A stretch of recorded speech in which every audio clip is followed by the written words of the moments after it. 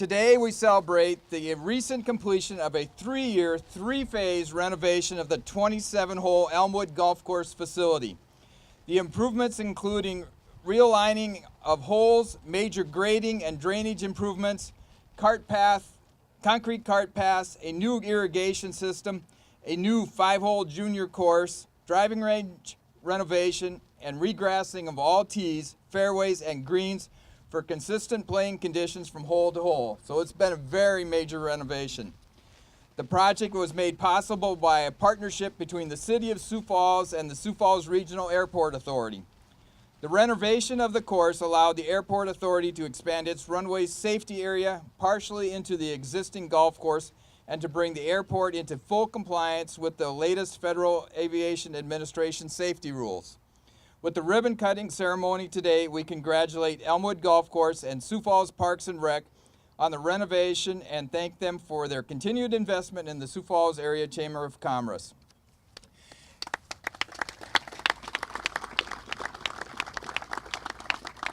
Thank you. One of the ribbon cuttings the other day, we talked about why the city, why things are going so great in the City of Sioux Falls. And it's these kind of projects where the city and private entities, etc., get together to help one of the other entities like the airport and make things work. And it's that total involvement and cooperation that is part of what makes the City of Sioux Falls so great. So, all right, so to start out with, we have a member of the Ambassador Committee, Jay Sukup with Great Western Bank. Thank you, Mark. I first had the opportunity to come out and play Elmwood somewhere between 25 and 30 years ago.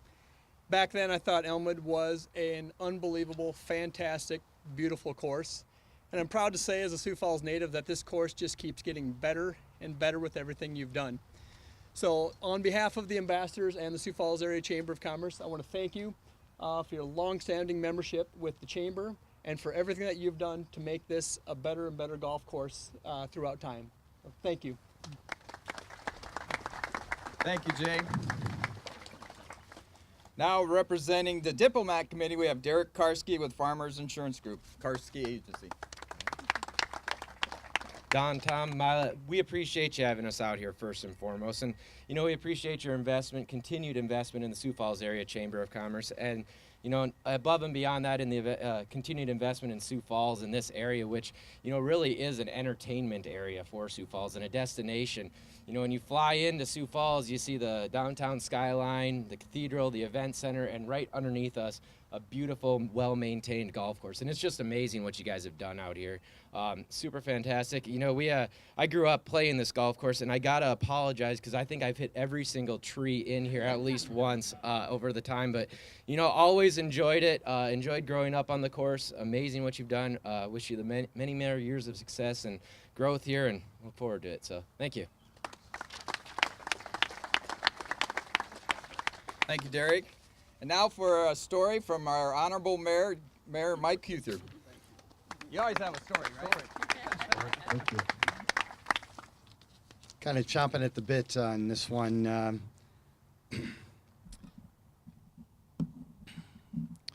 There's so many things that are going on in this city, and sometimes we take them for granted in terms of how we got there.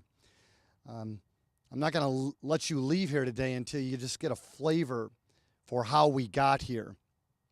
Because very simply, there was a good chance, a very good chance, that we were not going to celebrate this today. But we are. We're here celebrating something that, you know, folks were just dreaming about for years. This stuff doesn't happen on its own. There's two men here right to my left who are representing two of the most critical aspects, two of the most critical components in terms of getting this deal done. You think the event center was hard? Nope. You think the rail yard redevelopment deal was hard? You're damn right it was. But this one certainly had its series of challenges. This truly was a collaborative effort. It was. We're not going to go through all the ins and outs and the trials and tribulations, but I am going to make sure that you folks understand there were some people behind the scenes that were in the arena that were busting their butts on behalf of all of you, on behalf of this great city, on behalf of all the people that are going to play this wonderful course and will enjoy it, as well as on behalf of one of the most important, most critical entities in our city, that airport, that regional airport. Folks, this did not come easy. In fact, as Dan Letlier knows, Dan, please come forward, please. And Dave Nelson, if you wouldn't mind coming forward too. These are just two of the men, two of the people that were in the arena as we were trying to tackle this. And David knows and Dan knows there were times where it even got a bit heated along the way. There were times where we had to agree to disagree. But then ultimately we found a way to agree to ensure that the City of Sioux Falls, the regional airport, the FAA, and so many others would ultimately benefit. And Dan, I thank you. David, on behalf of the Airport Authority, he's leading the charge right now. David, I thank you. And I thank the rest of the Airport Authority. Folks, you can't understand, you cannot believe just how tenuous some of these conversations they got. And maybe you don't care, because look where we're at here today. But just for a brief period of time, I wanted you to understand this stuff just doesn't happen on its own. It takes leadership. Don Kearney and Tom Jansen and all these other folks that were involved. And I just wanted to make sure that you understood that. Don't step away just yet. I do. There are some people some are here and others that are not.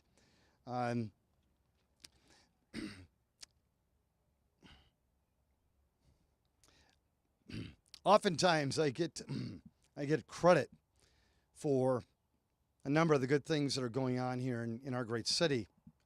And folks, you have to understand the way that I do business. I do try to get things done on behalf of all of you, but there are these people such as David and the Airport Authority and Dan and the Sioux Falls Regional Airport and so many others. But there was a special team behind the scenes that the media didn't know about, that the citizens didn't know about, but that you're going to find out about right now, that were also in the arena to ultimately make this happen. And I'm almost done, but I'm not going to be done until I mention their names, because they deserve as much credit as any of the other folks. And I'm going to mention their names. Mark Cotter. Mark is, of course, in charge of our public works team. Darren Smith. Darren doesn't even work for the dang city anymore. Now he's the president and CEO of the Washington Pavilion. But you can't imagine how bad Darren wanted this done on behalf of all of you. Dave Fifley. You bet. There are lawyers that are involved in this, aren't there, Dan? A couple. Dave Fifley and his team, who's representing that. There were so many financial aspects that were involved in this. So Tracy Turback, the person who is in charge of making sure that we do things in a prudent way, Tracy was involved. Dave Fisher. Dave isn't even on the city team anymore. Dave Fisher was busting his butt. He was the assistant Parks and Rec director. And I don't know, is David here today, Don? But Dave Fisher, if you see him, give him a hug. Trent Lubers, the water guy, the infrastructure guy. And then I'm not going to leave this without recognizing Don. Don, come here. Please, please.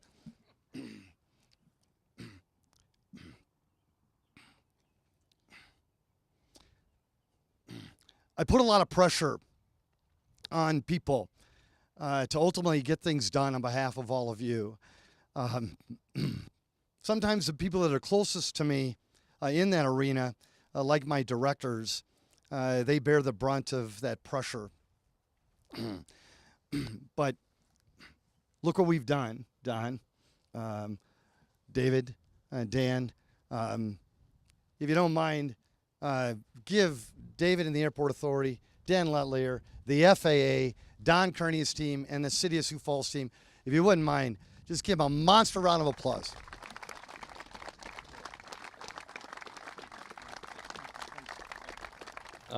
Thank you. You know, the mayor must have been up early this morning because I had an email by about 7:15 already, and you know, he described this project as he was reading the article in the newspaper this morning as a monster. You know, it's one of those projects that you look back on for many years and just realize what a grind that was, as he just described, in order to get the project done. And I think everybody that was involved in the project would agree that it was definitely a monster. It's the best way to describe it. And I thought a little bit about the trials and tribulations that we went through, and one of those things was just trying to understand all the acronyms that are associated with the airports, and all their obstacles that I can describe here too, that really created challenges for being able to deliver this project. So I'll give you a flavor of a few of those.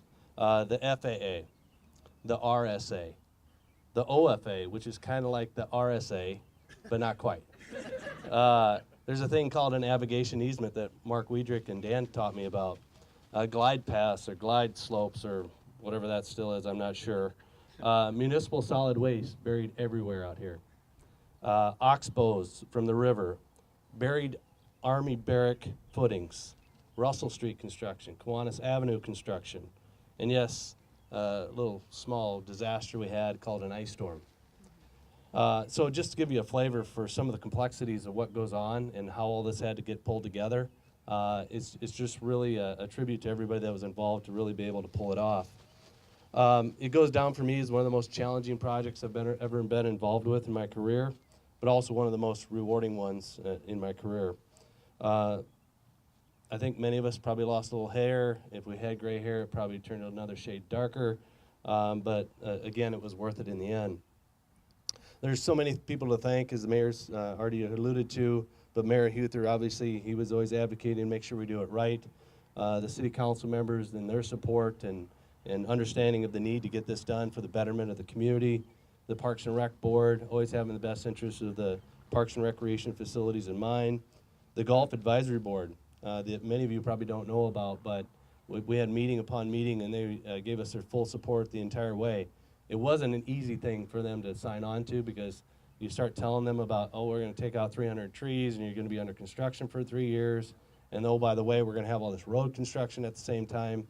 It was kind of a perfect storm for the golf course. I'd specifically like to thank the Dakota Golf team. They were tremendous throughout this entire project. When somebody tells you you're going to take out all those trees and have to deal with everybody comes in, that, you know, because golfers are kind of fickle. I can say that because I'm one of them. They're kind of demanding, to be honest with you, and they like things done well. And they've done a great job, because I can only imagine standing behind the pro shop over the last 3 years and the kind of grief they probably took and the grumbling and that kind of stuff. But they managed through it, and they really put their PR skills to the test. Specifically, I'd like to recognize Tom Janza, Dan Wagner from Dakota Golf, as well as Tom, the president of Dakota Golf. Dan's the golf course superintendent, and Tori Meadham is our park development specialist for us. They really represented your interest in this project. These are your courses. They are yours.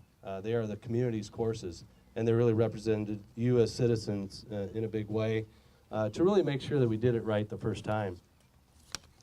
I'd also like to specifically acknowledge the hard work and dedication of Tom and Dan Wagner on a level that probably was unmatched by anybody else. Tom and Dan were really responsible for the on-site coordination with Landscapes Unlimited, working with Mark Wiedrich from the Airport Authority engineer, Kevin Norby, the golf course architect that designed the improvements. Really was a great effort on their part. And every time, whether I'd be playing here, I'd be driving by in Russell, there was Dan. Whether it was 8 o'clock at night, Sunday afternoon, whatever it might be, he was here all the time. And I probably didn't see Tom as much, but I'm sure he was here as well. And then, you know, during that same construction, the mayor talked about challenges, but one of the things we were still working on and actually got launched was this little project. If you drove by the new Holiday Inn and Suites in the Crooked Pine Ale House, that was also going on during the same time. And I kind of liken it and often refer to it as the synergy that we have between Prairie Green and CJ Callaway's. It's a great public-private partnership, being adjacent to one another and really feeding off one another. And I really think the same thing will happen with the new bar restaurant and the Crooked Pine Ale House and the Holiday Inn and Suites, where we'll be able to do play and stay packages, family reunions, bachelor parties, whatever it might be, to really accommodate that and really cross-market the golf course with those improvements on the end of the driving range. So again, Mayor's mentioned the Airport Authority. Thank you, Dan. Thank you, the board members. Mark, for your expertise as well as Kevin in your efforts to really make a good lasting impact on this golf course. We all invested in this project. Most of the money came through the Airport Authority, but the City of Sioux Falls also invested in this project for what we call indirect costs, or costs that were not eligible for reimbursement. So it's a $5 million improvement. It's going to hopefully be the last renovation we have for a very long time.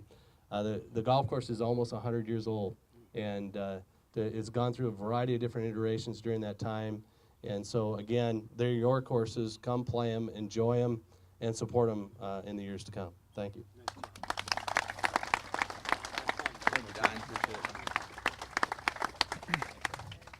Okay, next we want to hear from Tom Janza, representing his team and employees from Dakota Golf Management. This thing not working, got to hold it close. And, you know, for all the challenges and issues that they dealt with over the last 3 years to keep this place going, and, you know, being still a special golf course in town, even when all those things are happening. Tom? Thanks, Mark.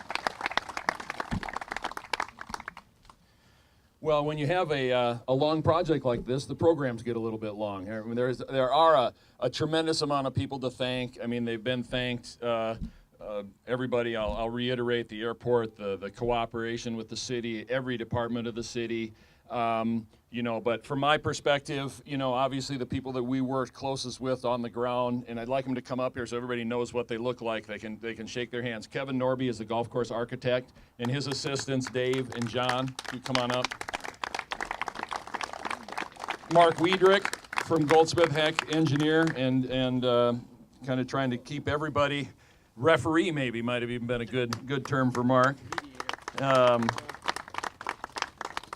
There is no representative here from Landscapes Unlimited, the golf course construction company, but they work their tails off. They're a tremendous company out of Lincoln, Nebraska, and they regret not to send anybody. But you know, this was quite an animal. I mean, 3 separate nines, 3 years, and actually I was just thinking in 2 months it'll be 4 years since we stood on the 9th green of the East course and put a shovel into the ground. It's almost a 4-year cut to get to this spot. But what we're left with is what I'll call a legacy project. You know, golf courses age. They're a physical asset and they need refurbishment, and Elmwood was fantastic, and I don't think we would have contemplated this on our own without the need to accommodate our neighbors.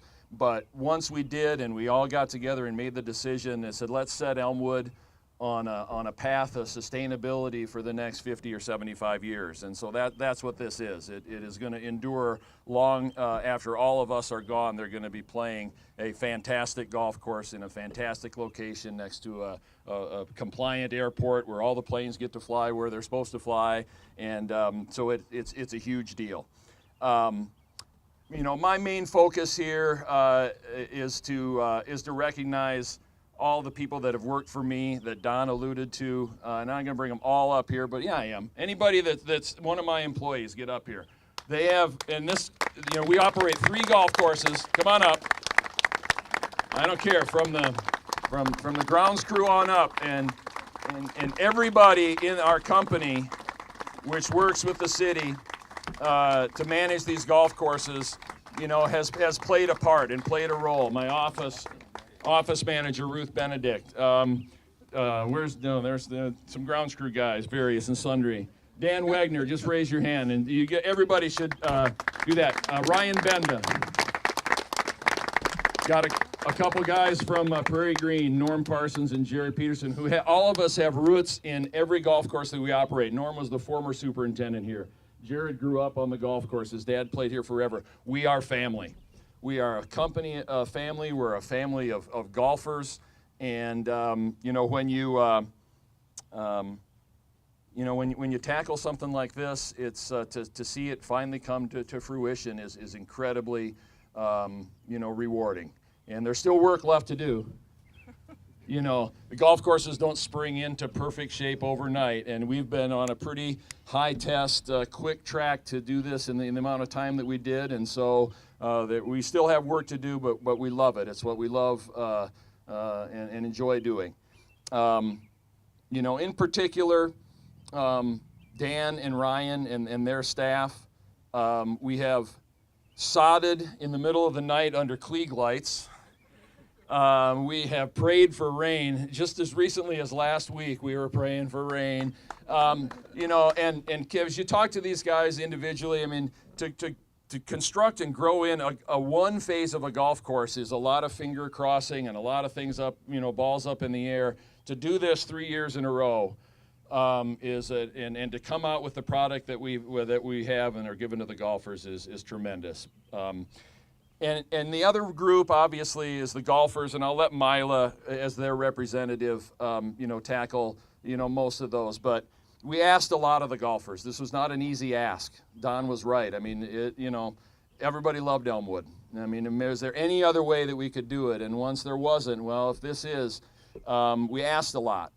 And we promised a lot. We said, in the end, you're going to have a product that's going to be better.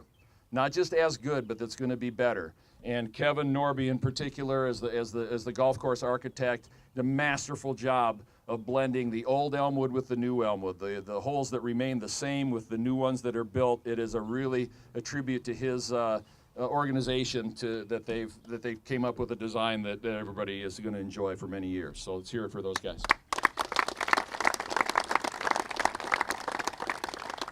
And in the end, I think we delivered as a team, as a city, as everybody. I think we have come to the point where we can say that we've delivered the goods. It isn't perfect yet. They are young golf courses, but our red letter dates we're here on June 16th, 2017. We've got all 27 holes back open again for the first time in nearly 4 years. In a couple months after the first tee programming is done, we'll have our junior course open for regular use by our customers.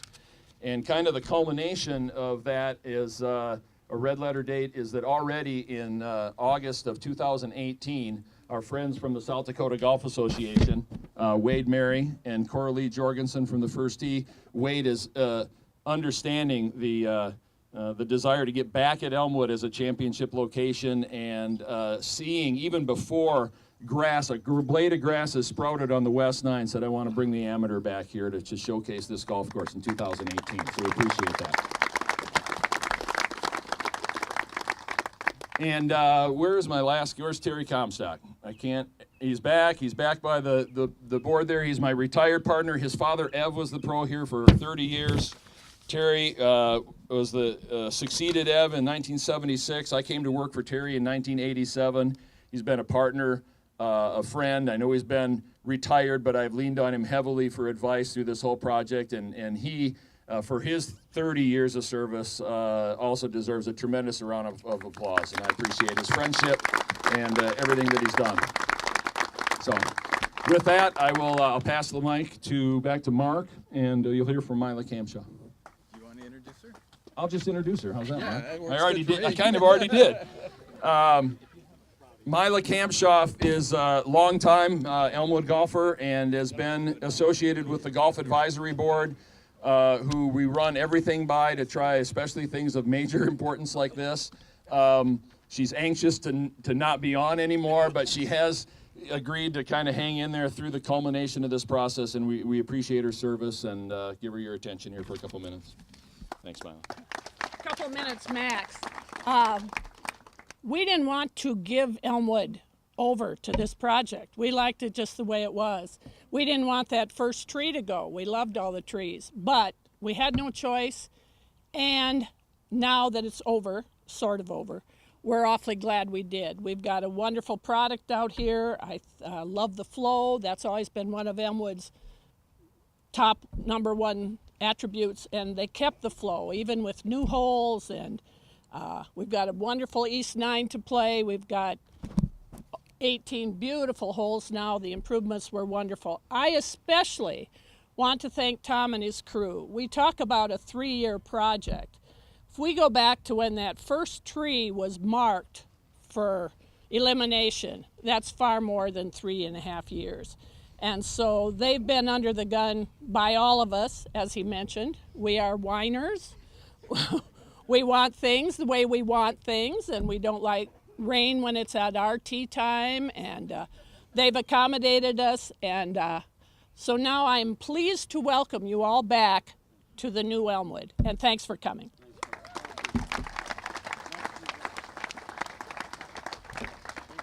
I'm going to introduce one more gentleman who'd like to say a few words. But before I introduce him, there is lunch inside. Everybody's welcome to come in. And obviously, those of you who are staying to play golf, we'll get going, just short of 1 o'clock. We'll get everybody out on the golf course who wants to play. So the mastermind of this project, the golf course architect, Kevin Norby from Chaska, Minnesota, become a good friend over the many years that we've been doing this. So go ahead and say a few words.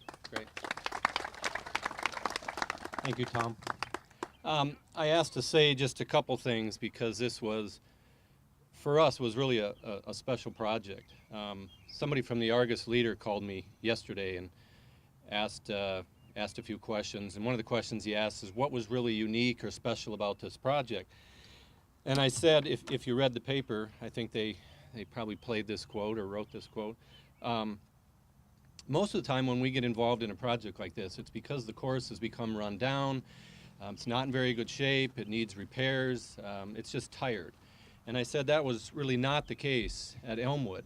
Elmwood was a really good golf course, is a really good golf course. In particular, the green complexes, I think, are the putting greens, were really good. And we went to great lengths to try to save those greens and make sure whether you know this or not, they were completely cored out. We removed all the soil underneath them. We put new grass on them. But we actually mapped them with a detailed process. We mapped those greens so that we could reconstruct them exactly the way they were. And then we built the new greens to try to be similar in character to those greens. So I remember one of the first meetings we have, Tom Jansa told me, he said, Kevin, I'll just tell you this, you could really screw this up or you could look like a hero, and you better not screw this up. Did I get that right? Pretty close. Yeah. And I think what you're going to see out there today is a lot of subtle changes on some of the holes that still exist today. But I think you'll see some really special changes. I think it'll be a much better golf course. Again, 50, 75 years down the road, you'll still be talking about how good this golf course is. So I want to really quickly thank, again, Tom, you've been great to work with, your staff. We meet a lot of golf course managers and a lot of golf course superintendents, and Tom's really good at what he does, and he has his heart in this golf course. Dan Wagner and his staff, Dan in particular, I meet a lot of golf course superintendents, and if Dan doesn't know the answer, he's not too proud to say, I don't know. He'll pick up the phone, he'll call 4, 5, 6 other golf course superintendents, and he'll get the answer. So these guys have done a great job bringing this together. Don Kearney's been great, Dan Lettler, Mark Wiedrick with Goldsmith Heck, even Terry hiding in the back there walked the course with us and talked about what was important to him and his father. So this has been a great project. I'm really looking forward to playing it today. Thank you.